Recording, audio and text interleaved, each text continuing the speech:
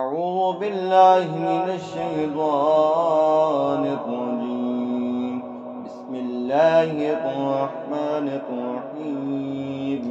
يا معشر الجن والإنس ألم يأتكم رسل منكم يقصون عليكم آياتي وينذرونكم لقاء يومكم هذا؟ قالوا شهدنا على أنفسنا وغرتهم الحياة الدنيا وشهدوا على أنفسهم أنهم كانوا كافرين. ذلك أن لم يكن ربك مهلك القرى بظلم وأهلها غافلون. ولكل درجات مما عملوا وما ربك بغافل عما يعملون.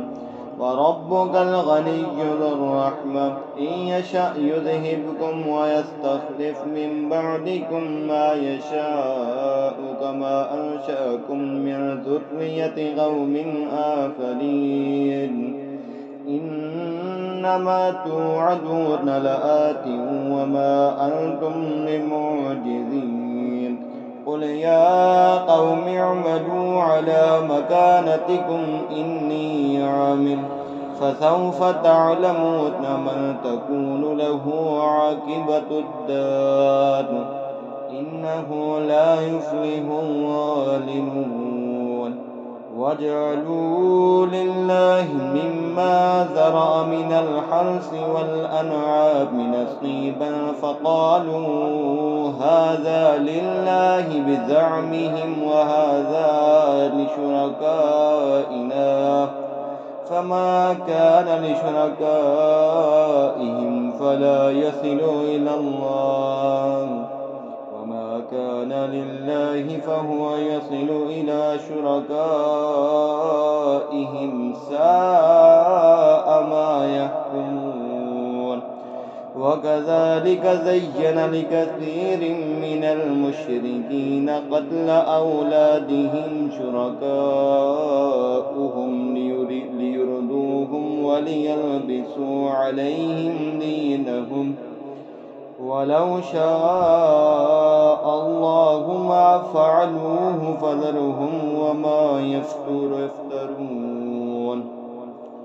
وقالوا هذه أنعام وحرث حجر لا يطعمها إلا من نشاء بزعمهم وأنعام حرمت ظهورها وأنعام لا يذكرون اسم الله عليها افتراء عليه سيجزيهم بما كانوا يفترون. وقالوا ما في بطون هذه الأنعام خالصة لذكورنا ومحرم على أزواجنا وإن يكن ميتة فهم فيه شركاء سيجزيهم وصفهم إنه حكيم عليم. قد خسر الذين قتلوا أولادهم سفها بغير علم وحرموا ما رزقهم الله افتراء على الله قد ضلوا وما كانوا مهتدين. وهو الذي أنشأ جنات معروشات وغير معروشات والنخل والزرع مختلفا أكله والزيتون والرمان متشابها وغير متشابه كلوا من ثمره إذا أثمر وآتوا حقه يوم حصاده ولا تسرفوا إنه لا يحب المسرفين. ومن الأنعام حمولة وفرشا كلوا مما رزقكم الله ولا تتبعوا خطوات الشيطان إنه لكم عدو مبين 8 أزواج من الضأن 2 ومن المعز 2 قل أذكرين حرم أم الأنثيين أما اشتملت عليه أرحام الأنثيين نبئوني بعلم إن كنتم صادقين ومن الإبل 2 ومن البقر 2 قل أذكرين حرم أم الأنثيين أما اشتملت عليه أرحام الأنثيين أم كنتم شهداء إذ وصاكم الله بهذا فمن أظلم ممن افترى على الله كذبا ليضل الناس بغير علم إن الله لا يهدي القوم الظالمين قل لا أجد فيما أوحي إلي محرما على طاعم يطعمه إلا أن يكون ميتة أو دما مسفوحا أو لحم خنزير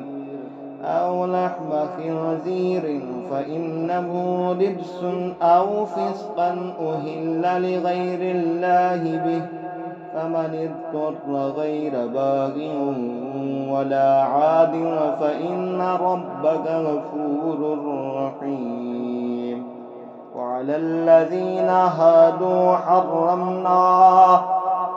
الذين هادوا حرمنا كل ذي ظفر ومن البقر والغنم حرمنا عليهم شحومهما إلا ما حملت ظهورهما أو الحوايا أو ما اختلط بعظم ذلك جزيناهم ببغيهم وإنا لصادقون فإن كذبوك فقل ربكم ذو رحمة واسعة ولا يرد بأسه عن القوم المجرمين آمنت بالله صدق الله العظيم